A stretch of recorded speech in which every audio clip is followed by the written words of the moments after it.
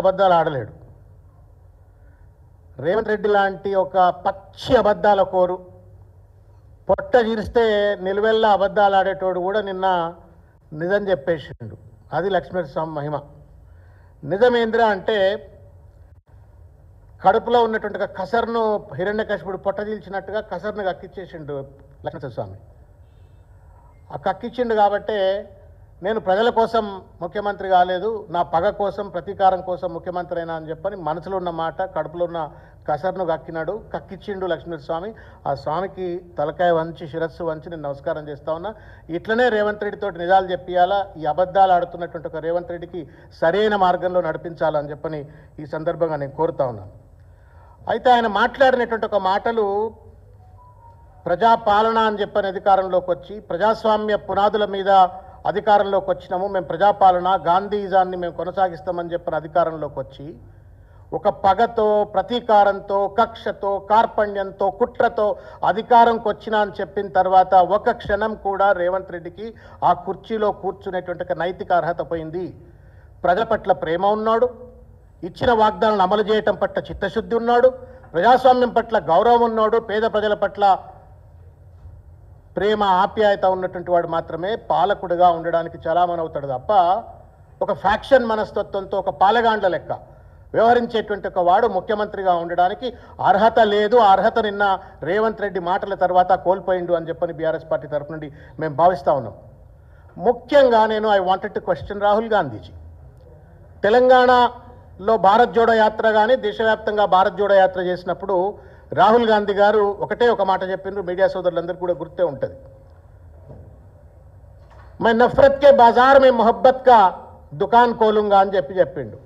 నిన్న కూడా నేను వింటా ఉన్నా, బీహార్లో ఎక్కడో మాట్లాడుతూ I'm in the quest of truth అని, నేను సత్యాన్వేషిని అని చెప్పని మాట్లాడిండు. రాహుల్ గాంధీ ఏమో మై నఫరత్ కే బాజార్ మే మొహబ్బత్ కా దుకాన్ కోలుంగా అంటాడు.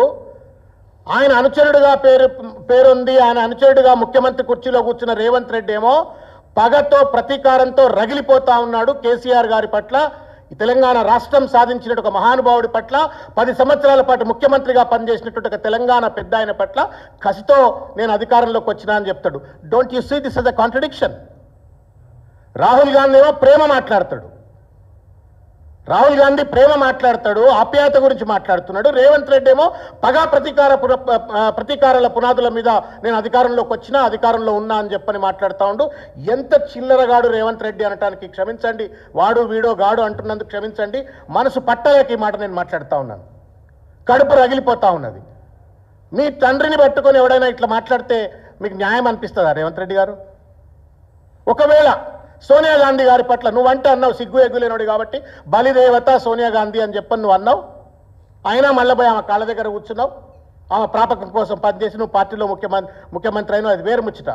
ఒకవేళ ఇవాళ బీఆర్ఎస్ పార్టీకి చెందినటువంటి ఒక కార్యకర్తలో వేరే పార్టీకి చెందిన కార్యకర్తలో మల్లికార్జున్ ఖర్గేనో లేకపోతే సోనియా గాంధీనో మన్మోహన్ సింగ్నో నువ్వు మాట్లాడుతున్న భాష కనుక మాట్లాడితే కాంగ్రెస్ పార్టీ కార్యకర్తలు బాధపడరా? సిగ్గుందా నీకేమన్నా?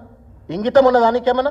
భారత రాజ్యాంగం మీద ప్రమాణం చేసినవా లేకపోతే ఏమైనా సొల్లు పురాణం మీద ఏమైనా ప్రమాణం చేసి అధికారంలో కూర్చున్నావా? What kind of language is this? ఎవడన్నా మానవత్వం ఉన్నాడు అంటాడండి ఈ మాట? మా ప్రభుత్వం ఏర్పడిన రోజే బొక్కబోర్ల పడి మక్కలు కొట్టుకున్నాడు అని చెప్పని. కేసీఆర్ గట్టోడు అండి, నిజంగా శారీరకంగా గట్టోడు, మానసికంగా కూడా గట్టోడు, చాలా గట్టోడు. నార్మల్గా ఎవరైనా ఆయనకైనా మానసిక గాయాలు కావచ్చు, వెన్నుపోట్లు కావచ్చు, అనేక రకాలైన ఆటుపోట్లు తట్టుకొని ఇంతకాలం రాజకీయం ఎవరు చేయరు.